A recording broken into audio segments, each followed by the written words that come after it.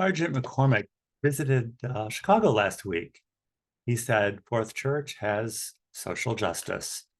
They have all Black clergy, and the congregation is old and tired looking. He wondered how churches are ever going to get people back into them when no one wanted to be there in the first place. Renee Fleming was in town this week. She said music is the key to healing, real and imagined. Even thinking about music can bring about healing. Someday, music will be part of standardized medicine. Diagnostics is the first step in modern medicine. The view that Fourth Church is racist and white supremacist is a false diagnosis. I've seen many fine people, Black and white, mistreated, abused, and then dismissed. It has nothing to do with being Black. They treat everyone like shit.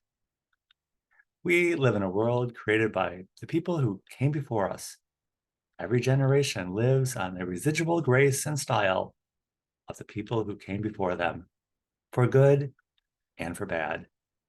The Bible isn't a spiritual book, it's a cautionary tale of what not to do. We almost need to read it in the reflection of a mirror and backwards to counteract our distorted view of all things. It's the only way God could reach us. Welcome. Welcome to Sunday Coffee Hour. I'm Stanley Smith. At Sunday Coffee Hour, we talk about everything and nothing. This Sunday, we talked about how allergies are a misperception, buying theater tickets half price, and springtime in Rwanda. The readings at Washington National Cathedral were from Acts.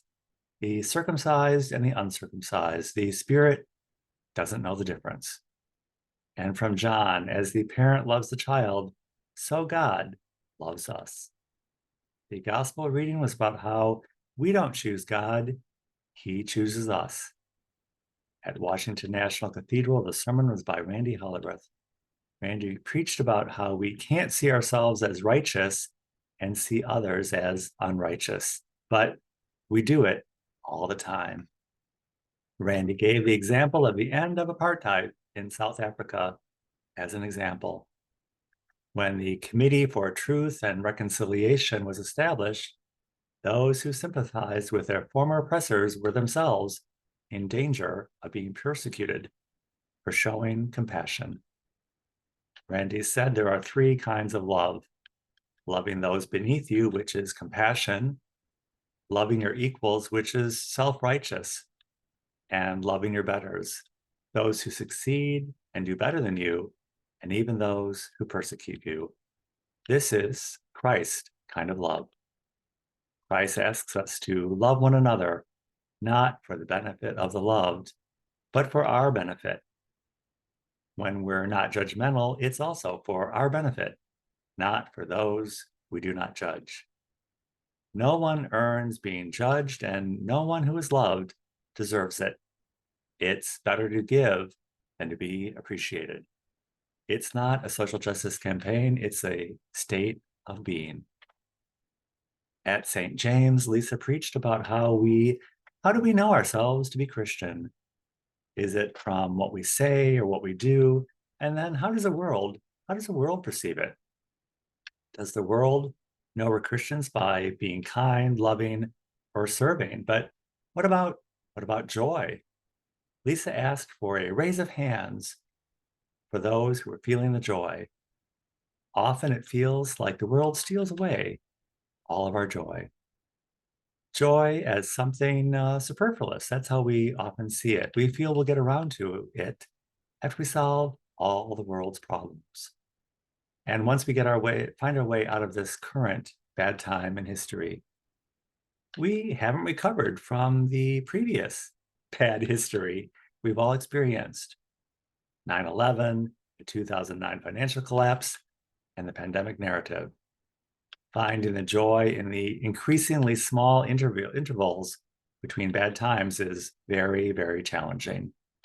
But that's what Christ is inviting us to do. Lisa said, Christ asks us to experience the joy in loving one another. not for the sake of others, but for our own sake and for the sake of joy. Lisa said, if we only hear one sermon, may we hear that Jesus is talking all about us.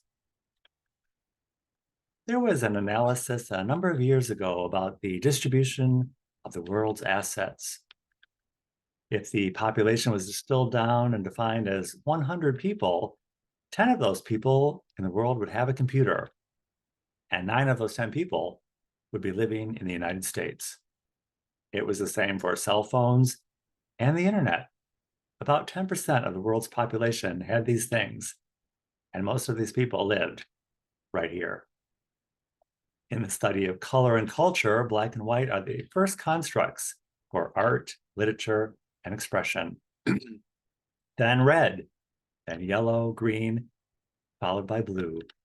Blue is always last to arrive in all cultures. It's part of the perception and awareness and access to resources.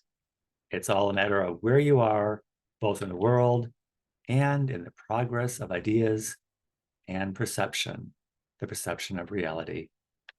We all have a limited perception, and our perception has been reduced by collective trauma in our time, which has reduced our capacity. As I cleaned up from my house guest, I noticed the bulletin from Fourth Pres, which is no longer the work of art it once was, but now it's a rather dry and lifeless instruction manual. Where is the professional photography paired with the inspiring quotes? All the grace and style and joy seem to be squeezed out of the thing. Yes, the world is spinning out of control. Perhaps it always was, but I like my world spinning out of control with a little style, grace, and charm.